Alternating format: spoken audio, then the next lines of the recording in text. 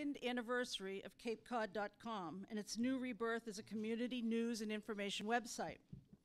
Back then, we saw a need to expand our on-air news to a format that would be more accessible and more capable of delivering important local news to the community 24/7. Today, we get plenty of feedback from listeners and readers alike, and the reaction has been, in a nutshell, thank you for your attention and focus to local news. On our site, analytics and surveys show that local Cape Coders want local news, and they want it free.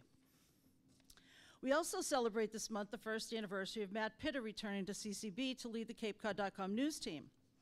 We knew when Matt Pitta's passion and fire for local news met the oxygen of CapeCod.com, we'd get an explosion, and that's pretty much describes the growth of CapeCod.com.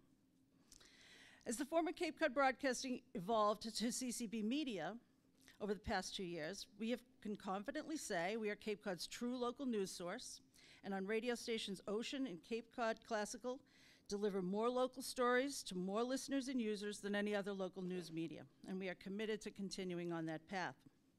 So why State of the Cape, and why now?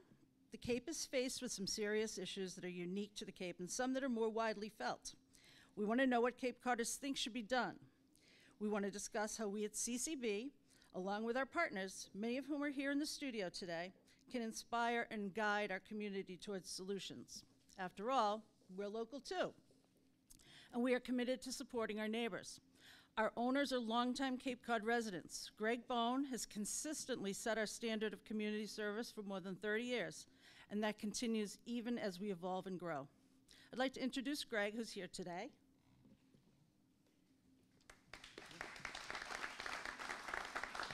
Greg Bone is managing partner of CCB Media.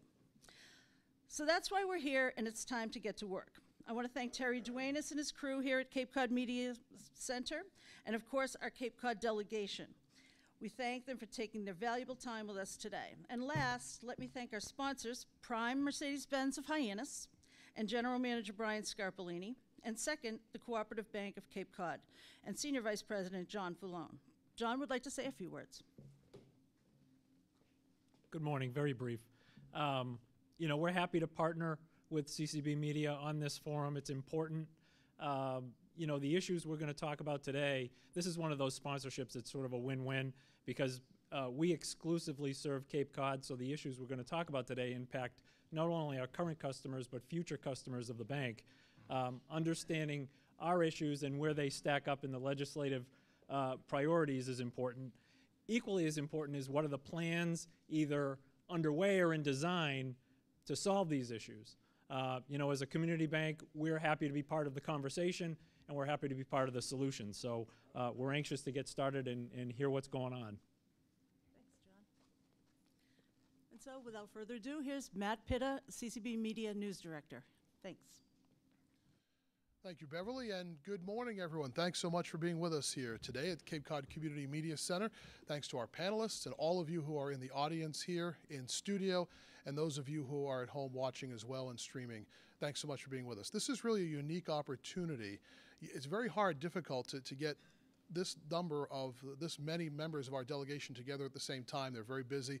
They've got a lot going on. To put them all together in one room is really a very unique event, and it's important because we get to hear pretty much all the issues that are impacting us right now from one end of Cape Cod to the other. So we're certainly glad that they're all here. I'll introduce them. I'm not sure how people watching on TV from my right we have State Senator Dan Wolf, Cape and Island State Senator Dan Wolf. Senator Wolf, thanks for being here today. We appreciate it. We have next to Senator Wolf, State Representative Tim Whalen from the 1st Barnstable District. Thank you, Matt. Thanks so much for being here today. And from the 2nd Barnstable State Representative District, Brian Mantle. Brian, thanks for being here today. Thanks, Matt. Appreciate it very much. To this side, we have from the Upper Cape side of the action on Cape Cod, 3rd Barnstable State Rep David Vieira. David, good to see you. Thanks, Matt. Good to be here. Thanks for being here. From my neck of the woods, we like to call the Outer Cape and Lower Cape God's country, where I live. 4th Barnstable State Representative Sarah Peak. Sarah, thanks for being with us today as well. And then from the Upper Cape, Randy Hunt from the 5th Barnstable District. Randy, it's always good to see you. Thanks for being here today. My pleasure. We appreciate it. Giving their regrets for us today, Plymouth Barnstable State Senator Vinnie DiMacedo, who had a previous commitment, and Tim Madden from the Nantucket Dukes Barnstable District were unable to be with us, but they do send their regrets and are thinking of us today as we move forward. So I'm going to give you a little bit of an overview of what we're going to do here this morning, and so you know where we're going over the next hour and a half or so. We have a few months left in the current 2-year legislative session on Beacon Hill, and there's still a lot of work to be done. And these lawmakers who stand before you here today are going to have a busy few months as we move towards November. We want to give them an opportunity to tell you, the voters here in studio and at home, what they're working on right now, some of the initiatives that we still have as we move towards November. And then we're going to get into a discussion of some of the big issues that we're facing here on Cape Cod. I'm sure many of you have the program with you here in studio. We'll be talking about issues ranging from the drug crisis to issues surrounding the economy, nitrogen, wastewater management, etc. And then a little bit later on, we'll have a chance to have some questions from the audience. Now, I will, as the moderator and gatekeeper here today, will just put out a caution. We are in an election year, and I'm very aware of that. This is not designed in any way as a campaign or election event. This is an informational and educational forum for the community. So we do not want any political speeches, if I think we all understand what we mean about that. Not just necessarily from the floor, but also from questions. We don't want any speeches being made from the campaign floor. We want good, objective, informational questions asked. So with that, we're going to get underway, and I'm going to start to this side. I'm going to give each member of the delegation a couple of minutes to tell us what you're working on right now and some of the initiatives that you still have. Now, Senator Wolf, we'll start with you. You have a few months left in office. By the way, we didn't put you on the end because we're pushing you off the Cape. We know you have a lot of work still left to do. So in the final months, Senator Wolf, what's happening within the district, and what are some of the initiatives that you're working on, please? First of all, this is awkward because I don't know whether to look at you or whether to look out there. You can look over there. I don't matter. Yeah, well, okay, you do. But first of all, I want to start off by thanking the folks here and thanking the folks who are watching. It's been a real blessing for me to be able to serve what I consider to be the best state Senate district in the entire world, certainly in the Commonwealth. It's been a real blessing for me, and I just want to express my appreciation for your allowing me to serve you. We right now are just moving into the Senate budget session. So if it seems like I'm more tense and anxious and the folks to my left here are more relaxed, it's because they've just finished their budget and we're just getting into it. You're tense about whether you're going to get it done. Exactly. We're nervous too. So, on a state level, clearly we've seen a budget which has been under pressure the last number of years, and I would say the last generation, as we have done between 20 and 30 tax cuts, and we have seen on a dollar-adjusted basis state revenue going down somewhere between $3 and $3.5 billion. By the same token, after the 2006 health care reform bill, we have seen the cost of health care to the Commonwealth going up. It's roughly 40% of the state budget right now. It's about a $40 billion budget. So the real challenge we have is committing ourselves to fulfilling the obligation we've made on education, on infrastructure, on a lot of the programs that people depend on, while in the face of a shrinking budget, more and more of which is going to health care. So I think for me right now, the next number of weeks remaining are going to be really focused on the budget, how to advocate for local projects, while at the same time how to be fair to the entire Commonwealth through the budget process. So Matt, that really is my focus right now. And then, of course, after budget, between then and the end of session, we have a lot of priorities there. Thank you, Senator Wolf. We'll go to Representative Whalen. Representative, the senator says you guys are living easy now in the House now that you've got the budget done. What initiatives are still pending as we move over the next several months, Representative Whalen? Well, the grass is always greener, my dear friend and colleague. As the senator mentioned, we did just get through our budget process, and I was very happy that we got through some of the priorities on the House side that were very important to me. Among those was to get some money for the Barnstable County Regional Fire Academy, and I'm also very pleased we're able to get some language through in some outside sections that are going to benefit some of the towns in my district.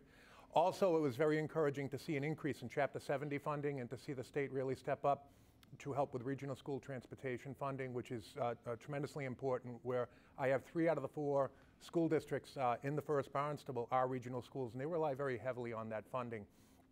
I'm proud of some of the things that we've accomplished this legislative session, the opioid bill being one very important part of it. Now that it's being put into place, we can sit back and we can see how it evolves when it's put into practice, and we can hopefully put into place a lessons learned system and find out where we need to tweak the language, where we need to adjust, where we need to add things, where we need to delete things.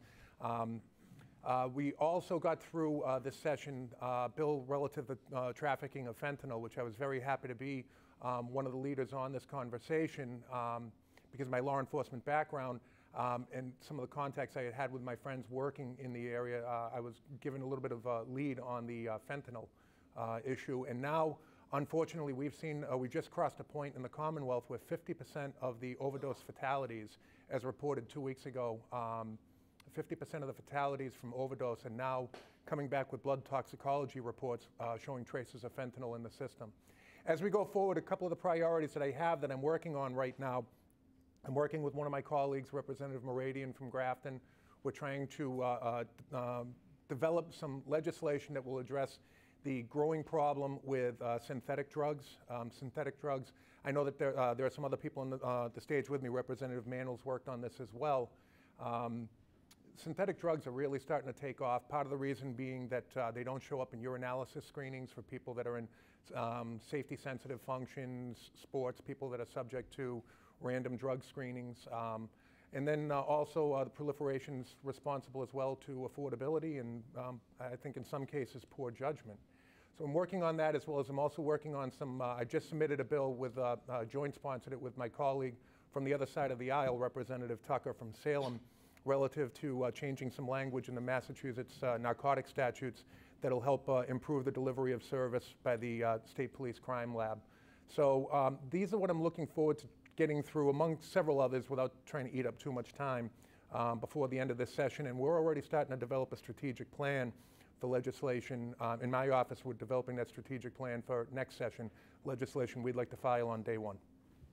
Thank you, Representative Whalen. Representative Brian Mandel. Brian, what do we have working from your district and your office over the next couple of months? So to follow up just on what Rep. Whalen said, I think one of the major focuses recently in the House has been the opiate addiction and epidemic that is not only across Cape Cod, but really throughout the Commonwealth. Our bill that was passed is by no means the end of the road for that. I think there's definitely more room for improvement, specifically within the area of insurance reform and changing the law so that Mass Health covers more or some treatment. Residential treatment beds on Cape Cod is an issue that has obviously been in the media of late, but it is something that has yet to get traction here, and it's something that I think, quite frankly, is long overdue. So among that and dealing with homelessness, one of the bills that I filed that's still active and alive is an interstate wildlife compact bill, which would bring Massachusetts into compliance with the majority of the rest of the nation. There's only 3 other states outside of Massachusetts that have not signed on to this, and it's legislation that would essentially protect wildlife and equalize penalties across states for poaching, particularly as it relates to fishing as well as mammals on land. So that's something that we've been working on as well. Affordable housing is another issue that continues to come up in conversations, and we've been meeting regularly with county officials and town officials talking about the homeless issue as well as the affordable housing issue. And in the next few months, I'm hopeful to see a transgender bill passed in the Massachusetts House. Hopefully it'll be within the next few weeks. I applaud the Senate for passing a Bill of Rights, so to speak, for the transgender community. This is in many ways a civil rights issue, but it's an issue that is near and dear to my heart. I have friends who are transgender, and the reality is that the argument that's been thrown up against this bill is really nonsensical, and it's not supported in fact. It's really just fear-mongering. We have a population of people who we know are being discriminated against. We have a population of people who are no different than anyone else. They have simply a gender identity issue. And as I've jokingly said, there's plenty of people in the State House who have far greater issues and mental health issues than gender identity. And the reality is that if we don't protect this class, then it serves as an invitation for people to disrespect them, to continually abuse them, to mistreat them. And quite frankly, the arguments that we've heard in terms of the safety concerns are nonsense. It's really a matter of doing the right thing, and I think that the Commonwealth should be a leader in civil rights, and I'm hopeful that within the next few weeks that we take that and we extend those protections to people who deserve them and who, quite frankly, need them. Thank you, Representative Mantle. Let's move to the other side of the podium. Representative David Vieira. David, in the final few months of our current 2-year term, what items are you still working on? What are some of the initiatives coming out of your office? Sure. So, Matt, as the ranking member of the Public Safety Homeland Security Committee, there's a bill that I've been working on for a few years now called POST, Peace Officers Standard and Training. And as Representative Whalen said, the delegation came together to support our firefighters and to support the training here on the Cape. And one of the things that we've seen over the years with the budget crunch is that we have divested in a lot of our police officer investments in training. The Quinn bill is no longer funded, and communities are dealing with that in different ways, community by community. And so a few weeks ago, the Peace Officer Standard and Training Resolve, which Representative Holmes, a Democrat from Boston, and I are the lead sponsors, was released from committee. And what we're looking at doing is developing what we call the pathway to POST. Peace Officer Standard and Training is a model that's used in 40-some-odd states in the country, and it deals with dedicated revenue, it deals with credentialing and decredentialing of law enforcement officials, and the training itself. In Massachusetts, we have various training entities that train different law enforcement agencies, and what we're trying to do is come together as a common training entity. But in 2010, the state did a special commission to look at police training. And the main recommendation was we should have a POST system. And then in 2011, when I took a seat in the legislature, I served on the Section 22 Commission with the sheriff's offices. And we came out with a recommendation that there should be POST training, and the sheriff's departments should be part of that with all other law enforcement agencies. But an actual bill to get us to those recommendations has not been submitted. And instead of sitting in my office or a couple of colleagues and I sitting in an office and trying to write this bill, we want to bring all of the key stakeholders together and bring them around the drafting of the actual language of the legislation, where these dedicated revenues would come from, and where the management mechanism would be. And so 3 years ago, when I first put the resolve in, I was told, you'll never get any traction on this because the unions will be against it. And the first term, it went down after the hearing, and it went to what they call a study committee. And this year, when we sat down to do the public hearing, the 3 major police unions in the Commonwealth were at the table testifying in favor of the bill, because they see this as an opportunity to invest in their profession as well. We don't agree on every specific, but the specifics will be to be worked out in the commission. And so the bill is in the House. It's in the Joint Rules Committee right now because it's a resolve. We'll be looking to release that in the next few weeks so that we can bring it to the floor of the House for debate. And then we will look to establish a special commission whose goal will be over the next year to work out the details of the system, to really deal with the policy issues around the credentialing, the training, and the resources necessary to make that system work. So that's one project that we're continuing to work on at the end of session here. The other one affects the Cape home builders and home builders throughout the Commonwealth. I've heard from the Home Builders Association and from architects and those in the industry that when we go from community to community, when we allow stretch codes in our building code, it makes it difficult to do business. And as we know, one of the key drivers of economic prosperity is the housing industry. And so back in the 1970s, when the Commonwealth developed its uniform state building code and established the BBRS, we had one building code for Massachusetts. Well, over the last few years, we've been having a lot of breakup by communities in changing that building code. And so Representative Walsh, Democrat from Framingham, and myself are lead sponsors on a bill to have a uniform state building code again and to not allow BBRS to issue local options for the code. It made it out of committee with a positive recommendation, and we look forward to bringing it up in the House in the next few weeks. And the last thing I'll mention, it's an ongoing process, but it's dealing with transportation in the Upper Cape and the bridge crossings, as I know is of interest to many individuals. I'm still actively involved with the Cape Cod Canal Region Working Group for the Transportation Plan. We'll continue to engage in that process, both with the state agencies and our local agencies, and to resolve financial questions around potential commuter rail to Buzzards Bay. We've been working very closely on this with the Cape Cod Regional Transit Authority and MassDOT, and we look forward to bringing a resolve pilot in this sometime, hopefully, in the next year. Thank you, Representative Vieira. State Representative Sarah Peak, again for the 4th Barnstable. Representative Peak, what items are still on the agenda in the final few months of the current session? Well, there's a lot of items on the agenda for the final few months because I'm fond of saying the legislature is, we're somewhat like a a bunch of college students, in that when you begin your class, you know that you're going to have finals, and there's probably going to be a term paper that's due at the end of the semester.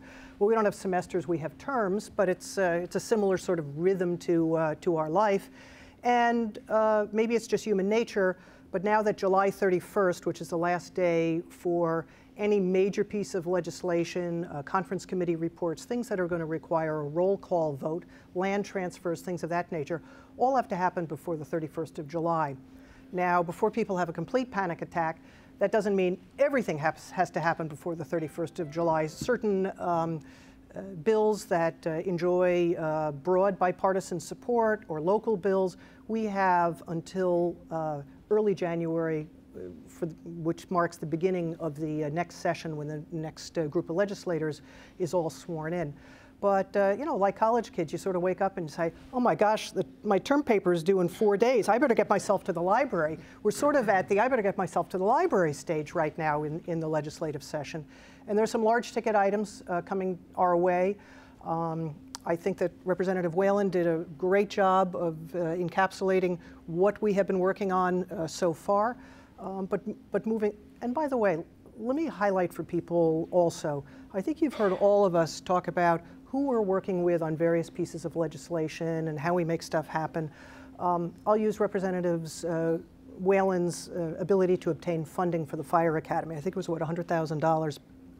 You should have seen all of us, and Representative Madden also, tag teaming the chair of Ways and Means Committee and his staff and other legislators to make that happen. I think I tackled Brian Dempsey in the hallway before he even came into the room, and then we all sort of lined up like a chorus together and literally were singing from the same hymnal.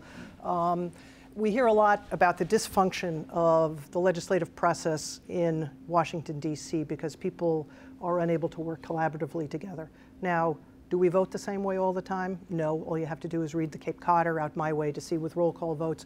We vote differently some of the time. We vote together some of the time. But when it comes to priorities for the Cape and Islands, I think you can count on us to be standing shoulder to shoulder.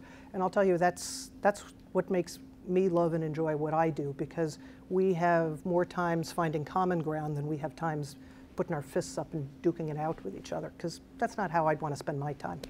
But anyway, that aside, what we're looking at, both branches of the legislature, the House and the Senate, have enacted their own but slightly different versions of the public records law. That's been in conference committee. I think within the next week or two, we're going to see the so-called conference report come out for a final vote. There's been a lot of talk, you've heard from both the Baker administration as well as the legislature, of an omnibus energy bill, which would include some hydro. We've kind of done a solar piece. There may be additional solar in there.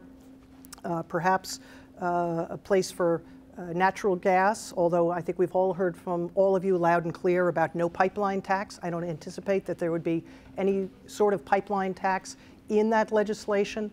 And this is an energy bill that is going to get us closer to the goals for reducing carbon emissions that were contained in the Green Communities Act that was enacted several sessions ago by the legislature. So that's a big bill. I think we're going to see that come out of that, go to the House first, probably sometime in June. Because it's such a big bill, we've got to get it done in early June so the Senate has time to have its way with it, and then we have time for that conference committee to work on it. The Senate has done a pay equity bill. The House is taking a hard look at that. I would anticipate that we will do a pay equity bill also sometime in June or early July again, so there's time to conference the pay equity bill. Believe it or not, in the Commonwealth of Massachusetts, this bastion of progressive politics, women still earn about 79 cents on the dollar to men. Maybe it's no coincidence that I am the woman sitting here with my legislative brothers, that I'm the one who brings up this topic. All of our salaries are governed by statute, so I don't have a pay equity issue with this gang. We're all in it together. But the pay equity bill is something that's going to come forward. With the energy bill, I'm working very hard on getting a piece in that bill, either as it comes out of committee or through the amendment process. I tried to do it in the budget and wasn't able to. Creating a commission on the decommissioning of the Pilgrim Nuclear Power Plant. I looked hard at the Vermont model. I looked hard at the Connecticut and New York State models on these decommissioning commissions. I want to make sure that the state has a seat at the table. I want to make sure that Cape Codders have a seat at the table, as well as people from Plymouth County. I want to make sure we're looking not only at public safety issues, but we're looking at employment and job training issues for the people who work in the plant and around the plant. This is going to have widespread economic impact as well. And I want to make sure that we're looking at emergency planning issues as we move forward, because we're really sort of at a cusp moment now. The plant is due to shut down in 2019. I kind of hoped it was going to be 17, but in 2019. And so I think some of the ways we've been thinking about the Pilgrim plant, at least I as a legislator in terms of what's important in legislation, there's been a global shift in that. I understand that there's some pushback from the Secretary of Energy and Environmental Affairs office on this idea. So I've got to call in to him, and I'll sit down with him and see what his issues are. We'll see if we can work that out ahead of time and get it done before the energy bill comes out. On more of a local level, working closely actually with that same secretary, Secretary Beaton, on getting funding released from the environmental bond bill to address the dredging project in Wellfleet Harbor, multi-million-dollar project. People in Wellfleet can't afford that on their own.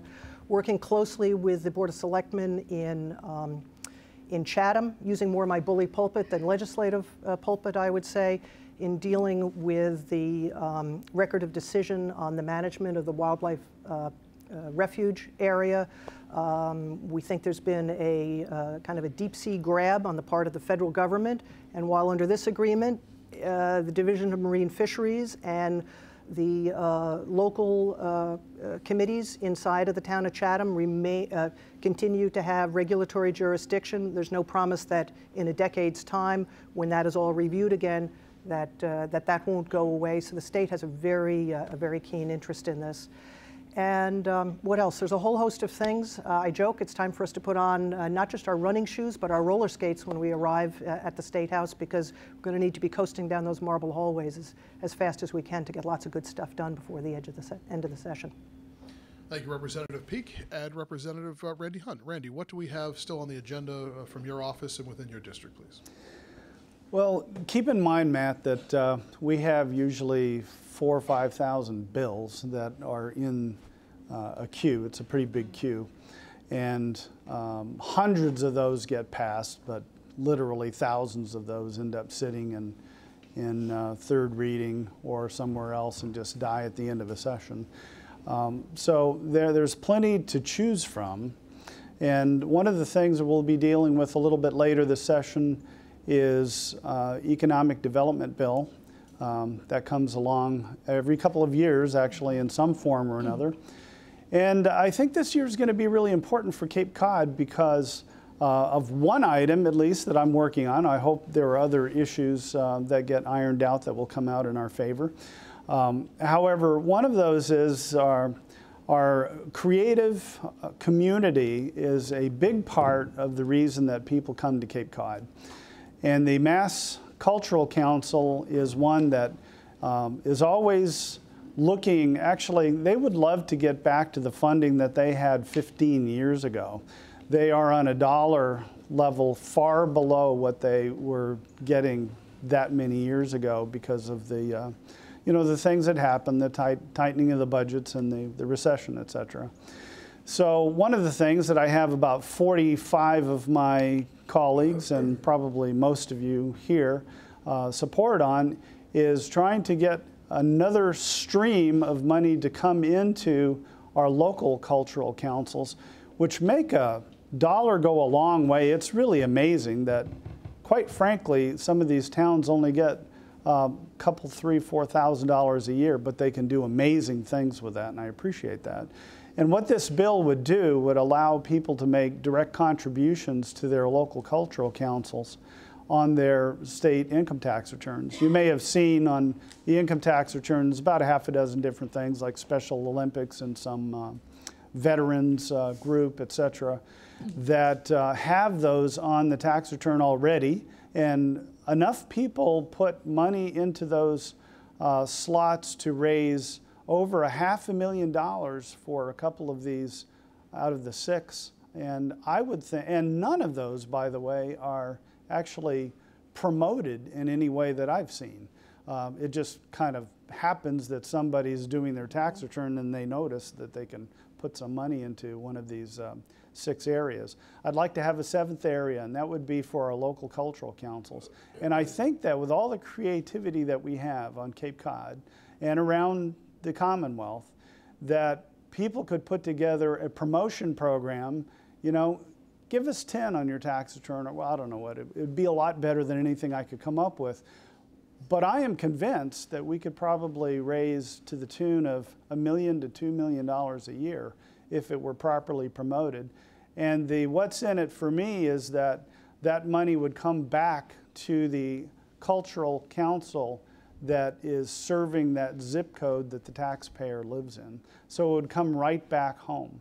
I'd love to see that happen. I think it's in the era of being millions of dollars short on the regular government budget.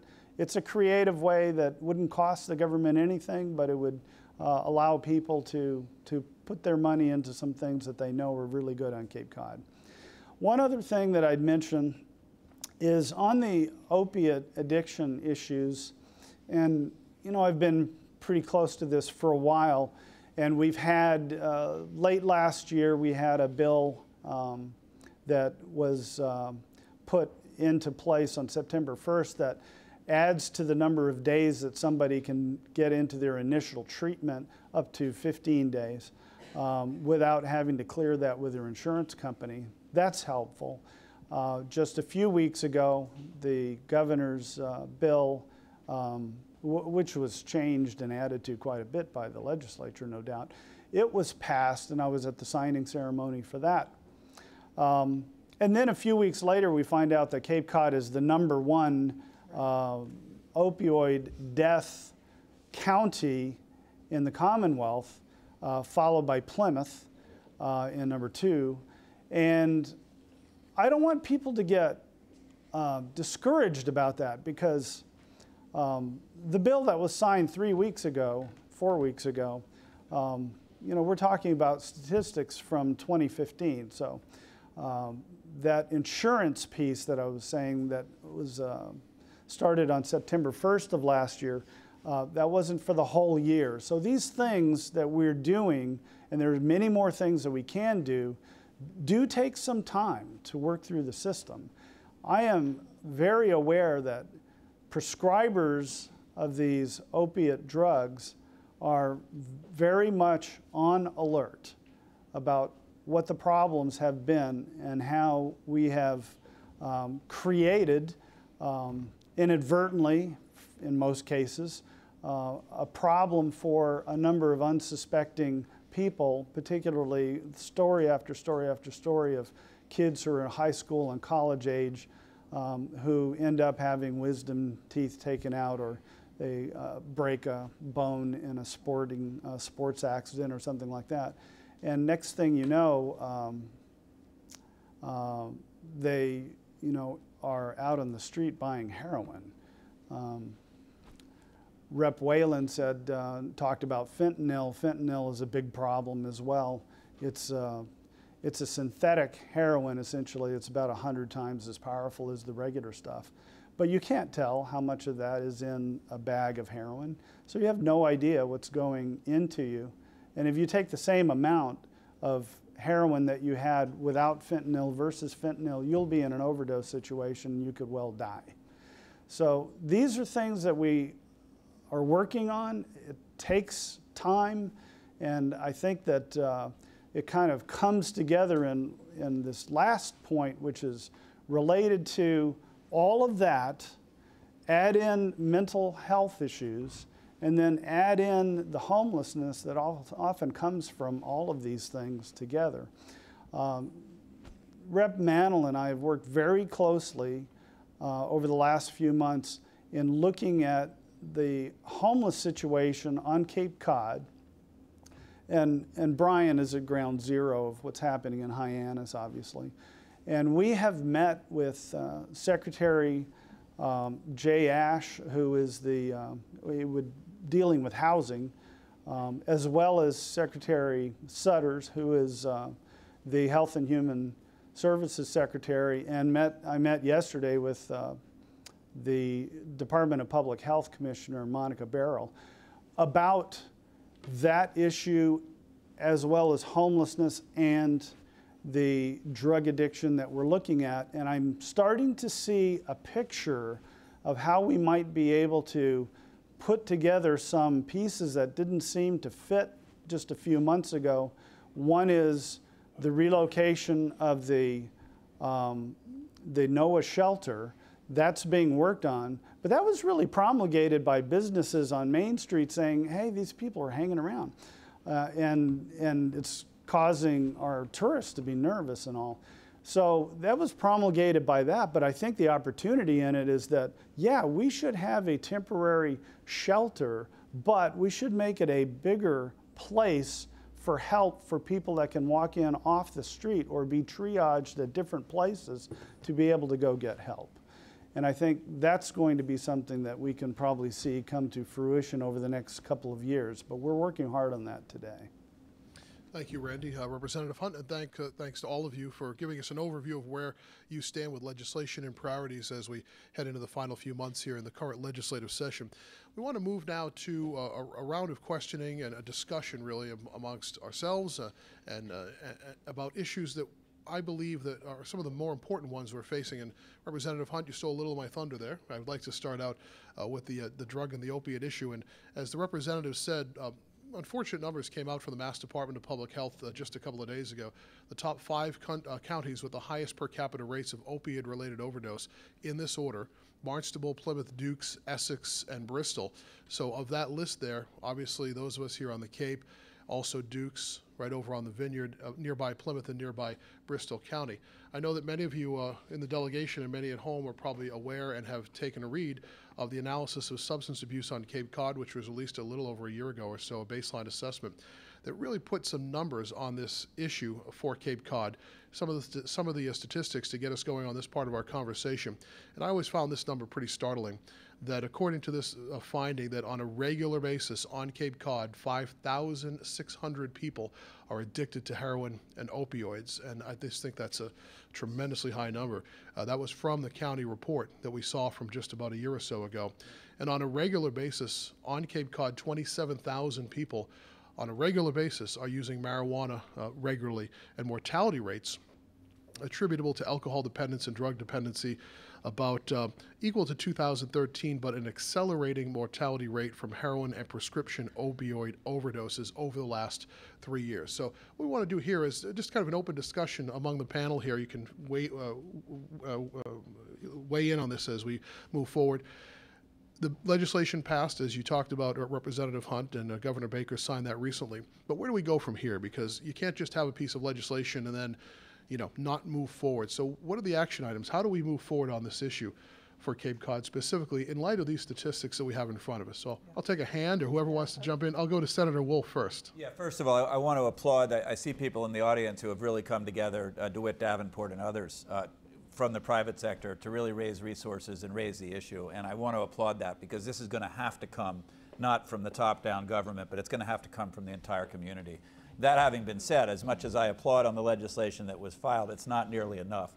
And Matt, there are 2 things specifically I would focus on. One is, we know that 14 days is not adequate treatment for someone who has an opioid addiction problem. So we need to extend that period of treatment. And we need to include wraparound services. So it's not just about treatment for substance abuse, but it gets into job training and job availability. It gets into transportation. It gets into housing. So we have to make sure we're providing wraparound services. The other thing, which I still can't get my head around, is that we're not holding the producers more responsible. We are holding the prescribers, and we're starting to put some mechanisms in place to make sure that the prescribers are prescribing responsibly. 80% of the opioids in the world are being used by 6% of the world's population here in the United States.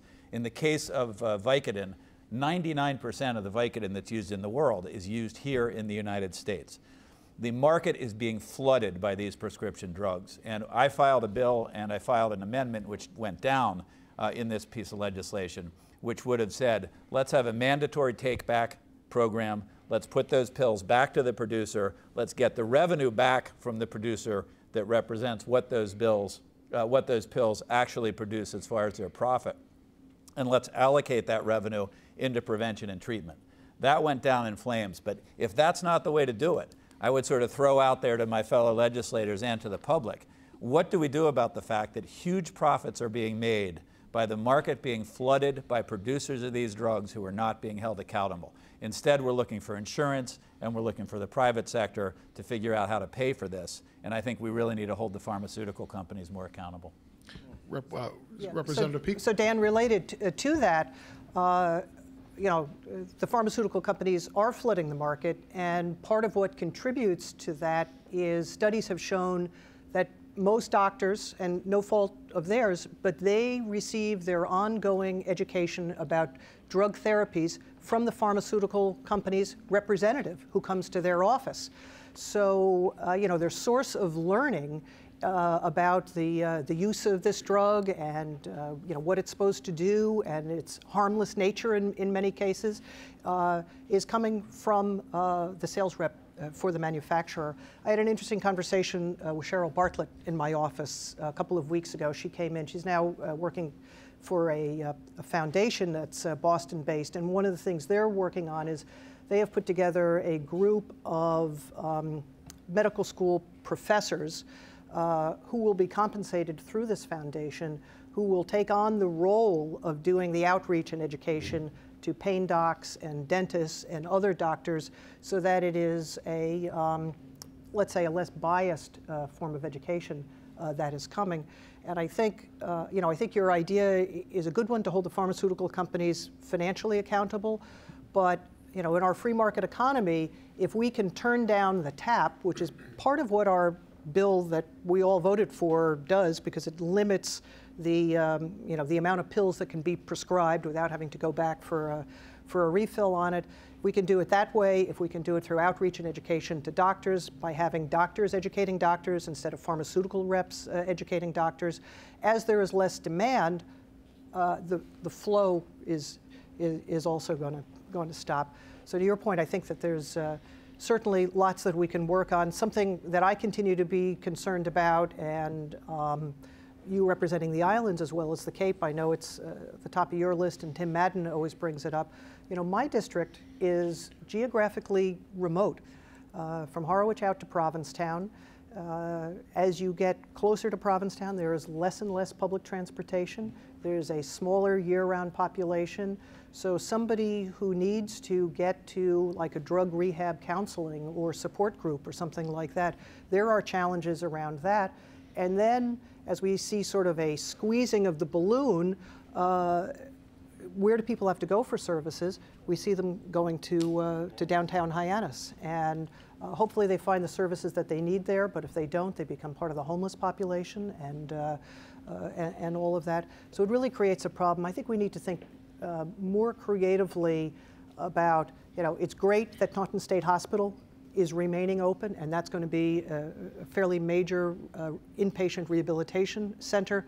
But I haven't done Google Maps on it yet. But if I were just to guess, I bet Taunton's about somewhere between 80 or 90 miles from Provincetown with no bus service. So that gets to be a challenge for people, because when you're in rehab, you know what, you need the support of your families and friends also, and that becomes a critical component as well, and it becomes more and more challenging as you get out my way, certainly if you're from Nantucket or if you're from Martha's Vineyard as well. So we'll be working on ways to increase that safety net in a geographic sense as well. Representative Mandel, then we'll go to Representative Viren Hunt. This has been an issue that on Beacon Hill everyone is interested in. And when I say everyone, it is not just simply limited to here on Cape Cod, and it's not just limited to the legislature. The executive branches and certainly the governor and lieutenant governor are very concerned about this issue as well. As disturbing as it is to hear that we're the highest in overdoses, and I think we tend to focus on some of the negatives, as a result of the crisis that we have here, there is a lot of good work that's going on right here on Cape Cod. Just the other day in the Cape Cod Times, there was an article that talked about how we in Hyannis at the Cape Cod Hospital have now developed expertise in dealing with infants who are born addicted to opiate drugs, because there's been over 250 that have been born in just the past 4 years, and 90 additional in Falmouth. The fact that we've developed expertise is sad, but it clearly shows that there's an ongoing problem, and this is a very nuanced problem. The reality is it's not just a matter of education. There are different ways to fall into addiction. We hear the story again and again about people who have been injured in a car accident or had some sort of sports-related injury, then become prescribed opiates and then become reliant upon that very quickly. It says, something like 5 days you can become addicted to opiates. And all of us have had this discussion, and it really, we are throwing everything that we have at it. But what we're finding as we get deeper into this is that there is no real silver bullet solution. Some people don't like methadone clinics. Some people, will criticize them and say it just creates a dependence, and the model is it's financially rewarding to the people who make the morphine. Some people say that Vivitrol is the way that we should go. But the reality is that if you're on Vivitrol and it's a more expensive product, you need the life skills because you have to get an injection every 30 days. And if you're coming out of the House of Corrections and going back into the same scenario where you were before, despite the fact that Vivitrol might work for the first few months, if you don't change and break the habits of who you hang out with, then that's not going to work either. There has been much criticism about some comments a little while back that were made relative to sending opiate patients off Cape. We've sent opiate patients off Cape for years, for decades. Anybody who is in need of treatment does not get it here. The last time we met with the Cape Cod Hospital, and everyone was in this room, we had a lengthy discussion with Mike Loff about the need for treatment beds. And I've pushed him on this issue for several years in a row, saying that if we're going to treat it like a disease, then the hospital should step up because they're our sole source provider, they're our community health care here. They're not in a position to do it by themselves. They say that they're partnering with Duffy and they're partnering with Gosnold, and they're doing the best that they can, but that they can't do it alone and that they won't build the beds. We need federal funding, state funding, local funding. There are things that we can do at the state level. Passing this omnibus bill is one first step, limiting the number of drugs that can be prescribed, mandating that they be reported, having provisions so that they can be partially filled, and not giving them to juveniles. Those are great things. That's just the overall net. But what you need at the local level is a system that can actually treat these people. And we've explored other options. There's some work that's being done in Gloucester. Sort of changing the mentality in the public safety profession and moving away from the criminalization and into treating these people for what they are, which is they're addicted and they have a disease. And this is very contentious because in my neck of the woods, in Hyannis, we do have the largest collection of social service agencies that are dealing with this. And there are plenty of businesses who feel very much put out because we've become a magnet or a haven. But the reality is that the situation would be much, much worse if we didn't have those services in place. And pulling them away does nothing to help solve the problem. So on Senator Wolf's point, there is legislation that he's filed, which I fully support, relative to trying to hold the pharmaceutical companies more accountable. But we have to explore other options as well. And we're having a civil discourse here. I'll bring it up, but I've said it again and again. We've talked about the legalization of marijuana. And many people, in fact, some of the people on this stage may be opposed to that, certainly in terms of the recreational use of it. I don't think anyone's going to deny that the rollout of the medical marijuana has been atrocious. There is no medical marijuana yet has been rolled out. I'm not trying to make a pun about rolling marijuana, but I will say this. There have been, you can get studies that say it's going to pass, it's not going to pass. There's people who have polled on this issue about the current ballot initiative. I don't currently support it, and it's not because I don't support the legalization. I don't support the bill that's going to be on the ballot because it doesn't tax it enough. And I think that if we are going to move that way, as the rest of the nation seems to be moving, in terms of having a more thoughtful drug policy, then we should be taxing marijuana, and we should be taking the revenue from that. We should be taxing the crap out of it and putting it into things like prevention, education, and drug treatment beds. And there is a source of revenue there if we have the political will to do it. But right now, that political will is not there on Beacon Hill. I think that most of the folks who are on Beacon Hill want to see what the voters do, and then we'll sit back and assess if it gets passed. But I think that we have to think outside the box. What we've been doing in terms of the war on drugs is not working. And the further we go, it seems to be a larger and larger problem for all of us. And don't think for a second that everybody in this room, I mean, I guarantee you, if we asked how many people here know someone who's been impacted by the opiate addiction epidemic, and if you raised your hand, it's probably everybody in the room. I can tell you I know 6 people who have died in the past 6 years. It's a plague on our society, and I don't want to just hold the physicians accountable, but yes, there is a pendulum that swings back and forth. At one point, doctors were told that they need to treat pain and they need to get out there and prescribe more. It appears that they've done too much. Now we've got to pull it back. So, thank you, Representative Mandel. Representative Vieira. Representative Mandel just touched on the point that I wanted to bring up, that while we talk about investments in intervention and treatment at the government level, we also have to look at the professional organizations that look at the credentialing and reimbursement schedules for physicians. We see a direct correlation between when pain became a vital sign and the increase in the prescribing and then the increase in the addictions. And so a few months ago, we had the president-elect, now the president of the American Medical Association in Boston at the State House, to begin a dialogue as to the role that those organizations have to look at pain. Do you need to have an opiate when you leave the dentist? Or do you need to take a couple of Advil or some Tylenol? And if tomorrow you still have pain, come back, we'll give you a couple days prescription to take care of that pain.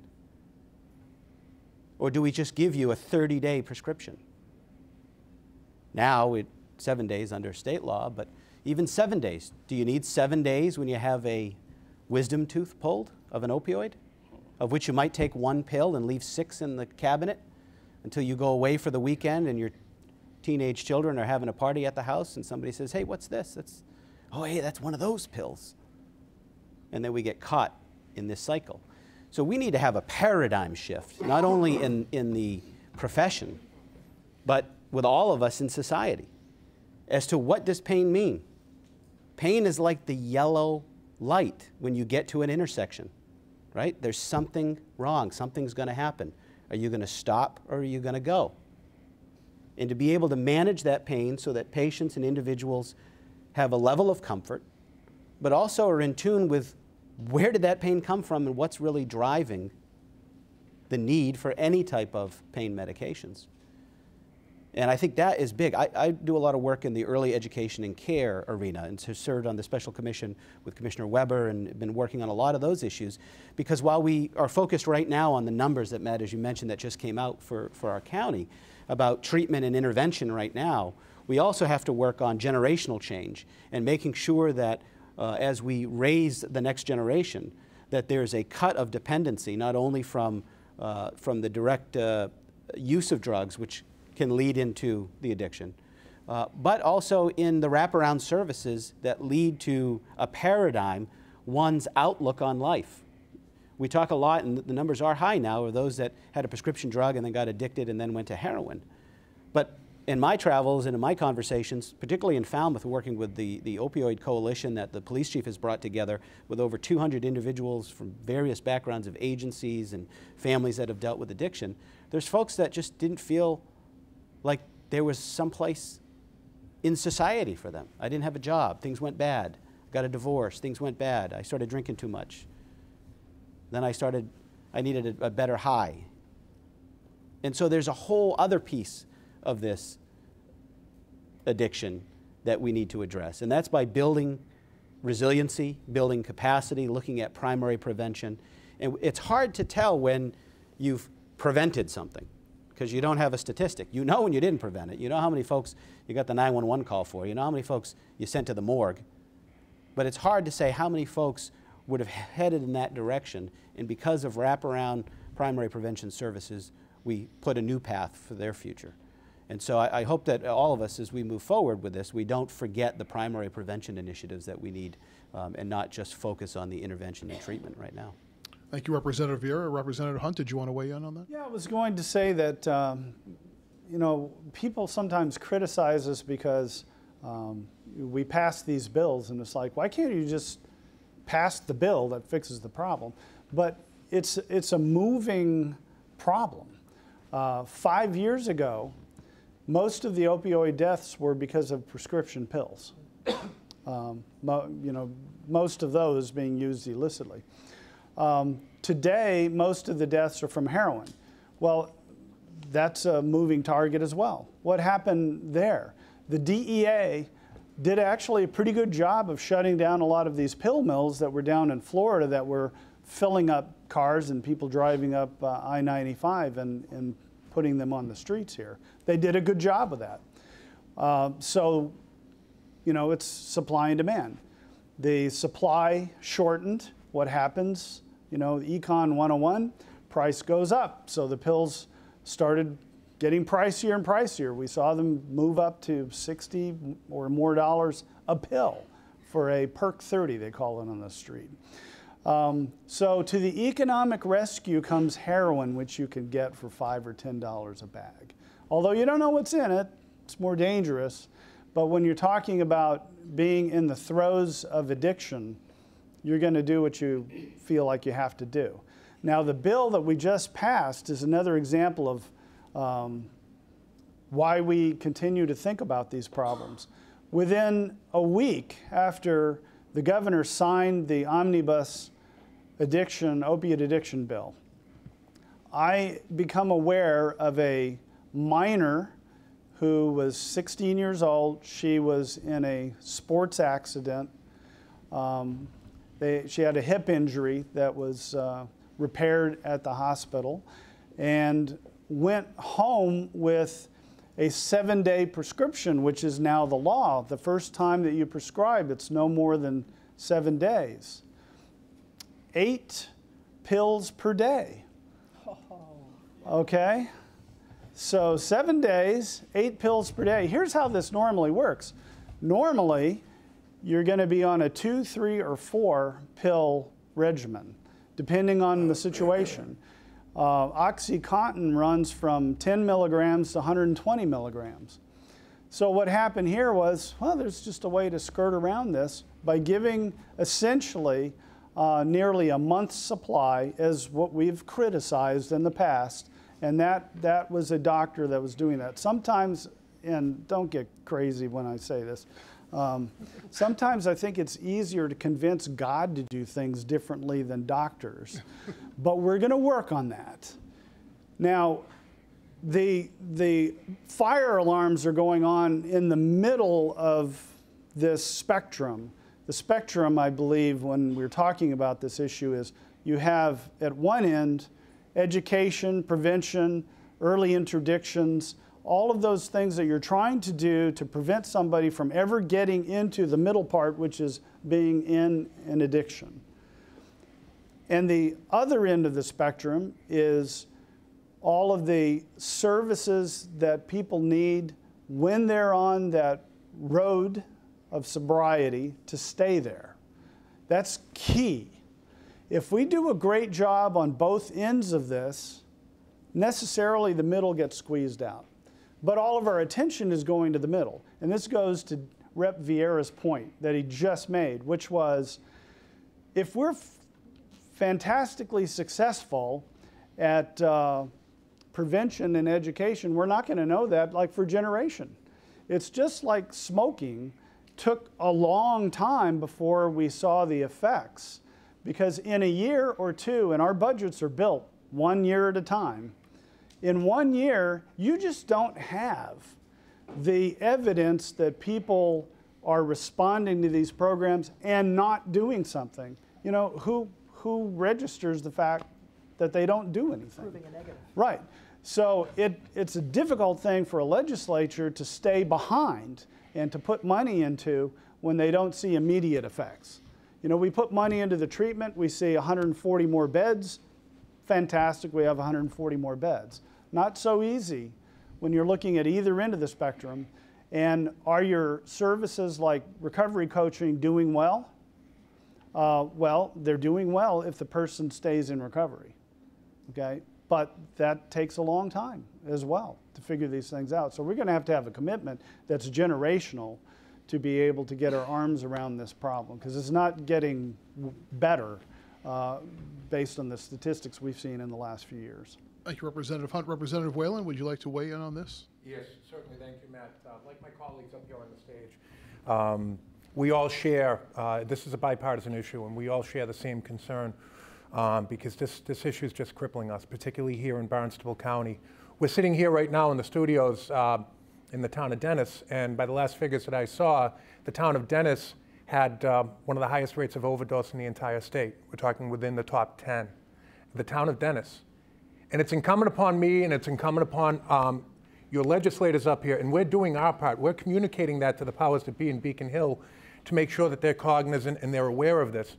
One of the most recent cases, when I sat down for a meeting with the Lieutenant Governor, and the governor was to bring to their attention the case that was well publicized down here a couple of months ago of the doctor who had prescribed 420 30-milligram oxycodones to a cancer patient who was caught in a car selling, I believe it was 390 of those pills to someone who was a known dealer.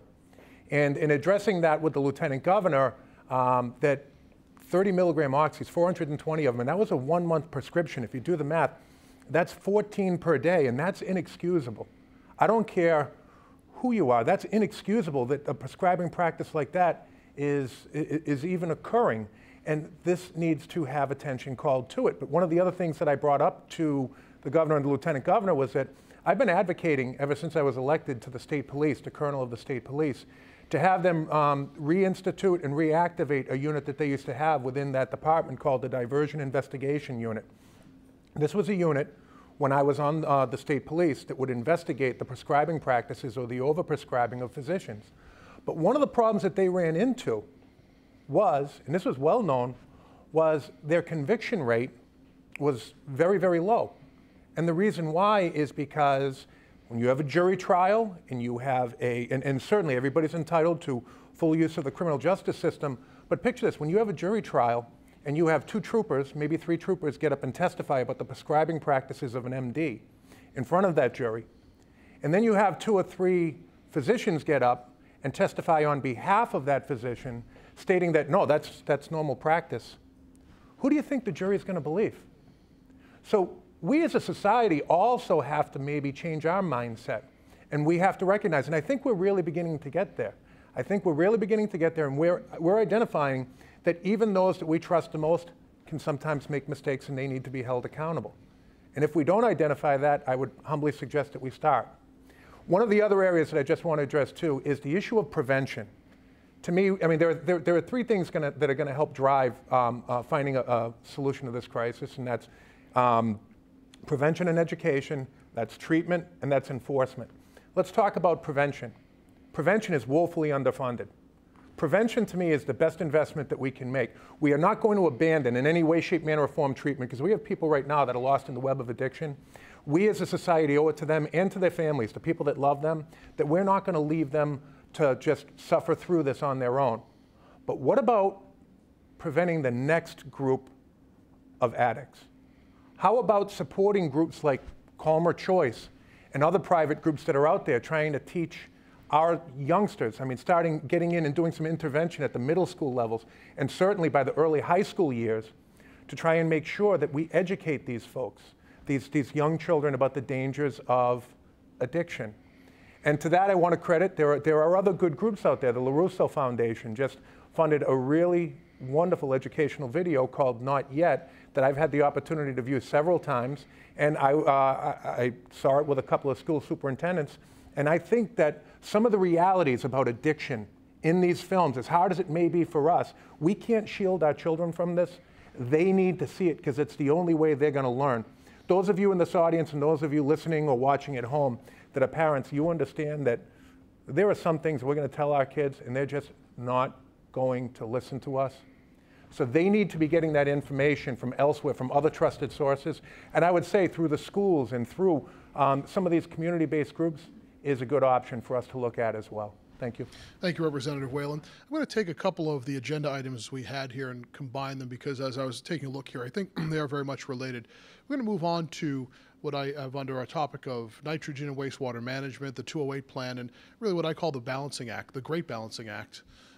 Protecting the environment while also growing our economy here. And some of you who have been on my programs before, one thing I always say is that on Cape Cod, the environment is our economy. You cannot separate the environment and the economy, especially in this region.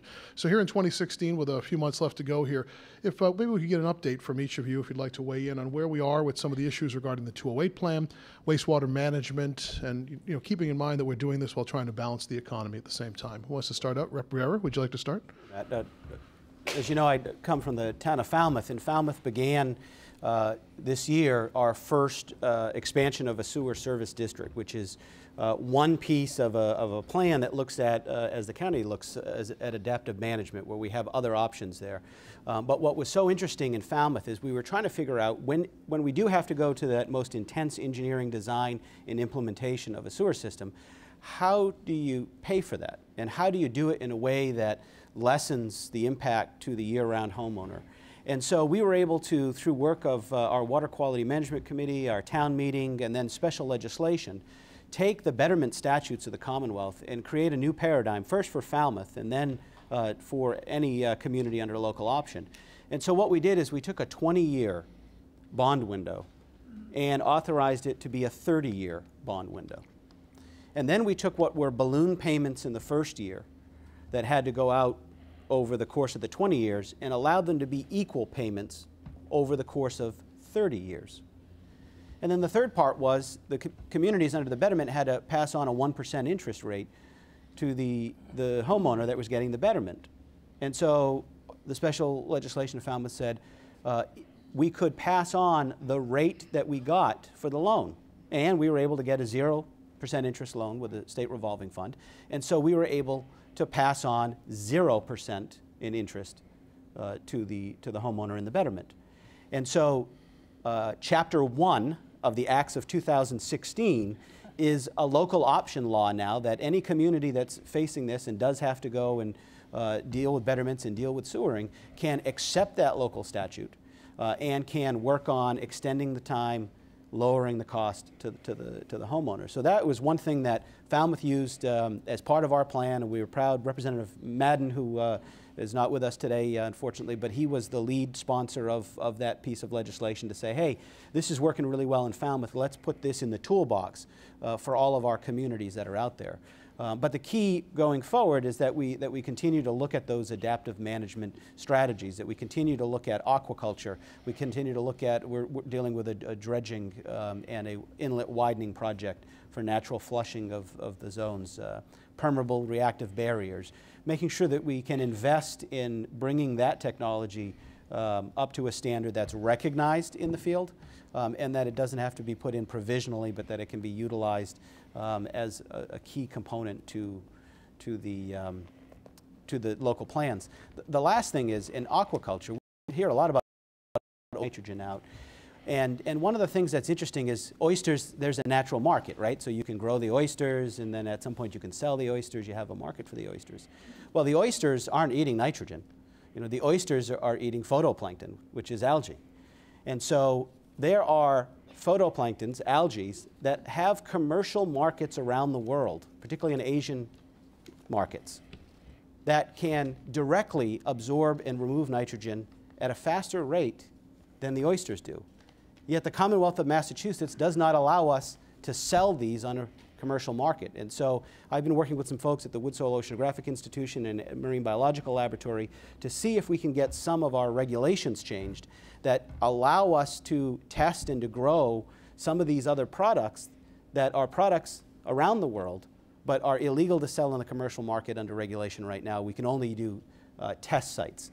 and so you have to get an educational permit. And so we need to continue to invest in those alternatives, but also look at ways that we can lessen the financial burden and impacts on our homeowners, particularly our year-round residents, who, as most of you know, our year-round residents, at least in my district, have a lower than average median income, but because of our assessed values, the vision of what we're able to pay is much different than the folks that are living here year-round are able to pay.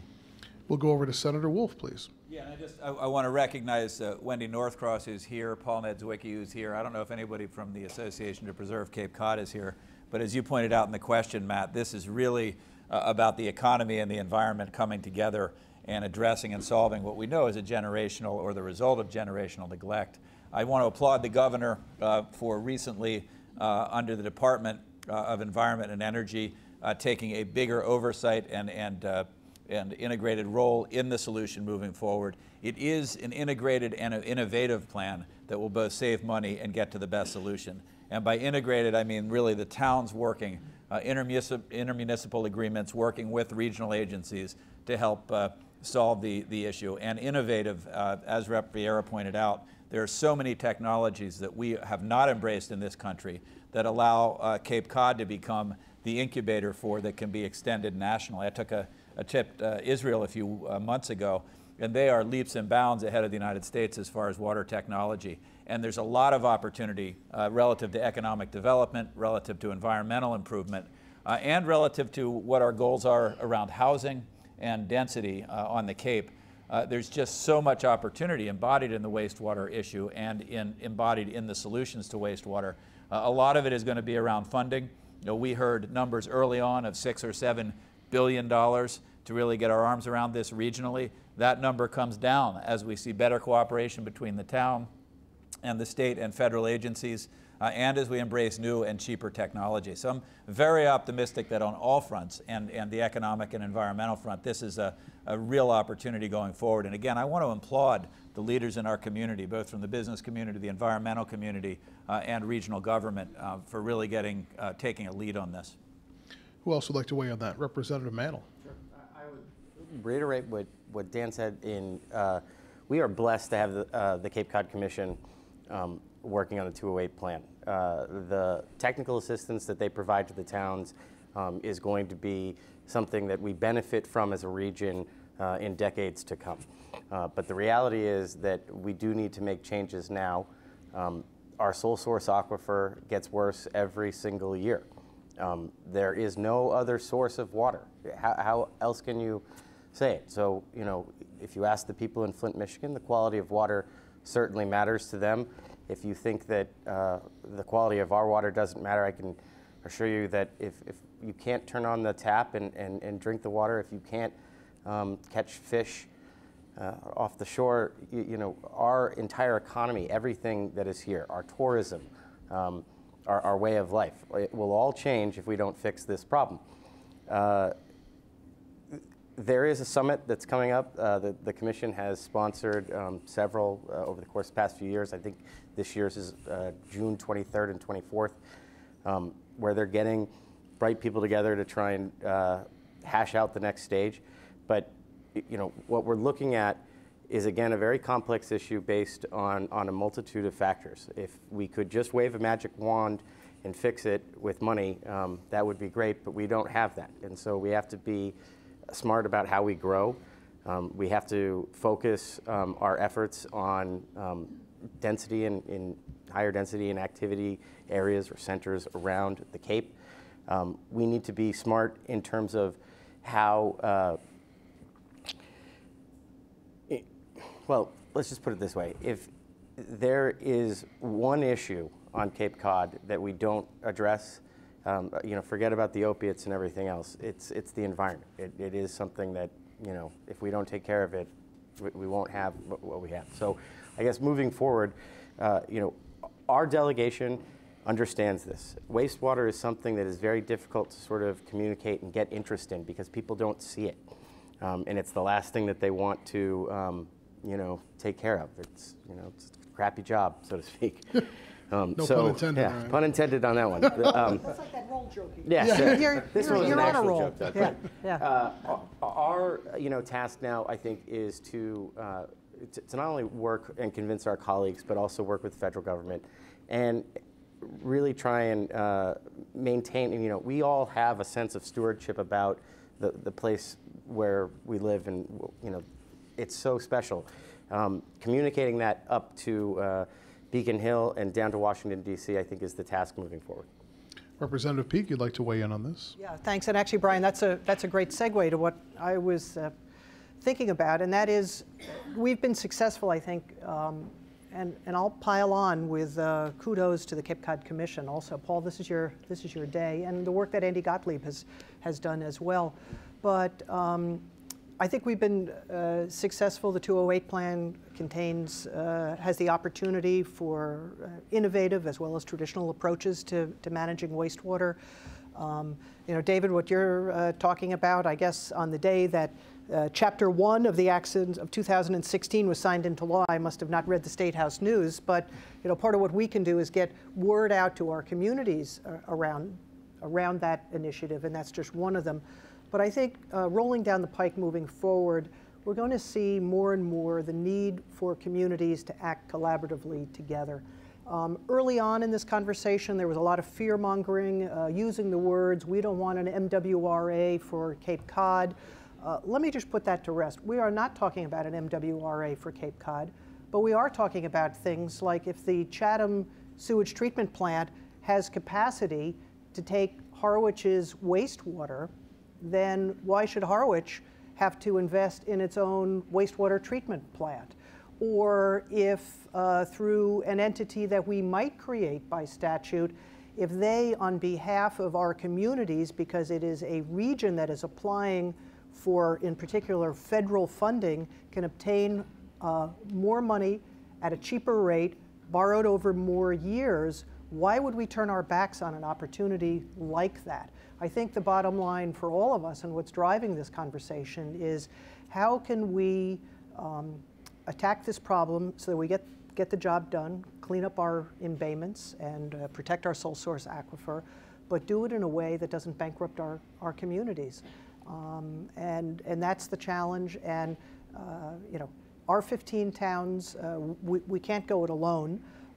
And I think what our job as legislators will be is to be nimble with whatever special acts are required that may be applicable on a statewide basis ultimately.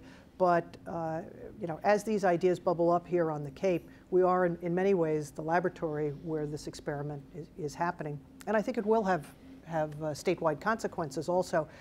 It's interesting, in my first term, I worked closely with Senator Rob O'Leary to get the language into law that allows for the 0% financing if certain conditions are met. So that was 10 years ago now.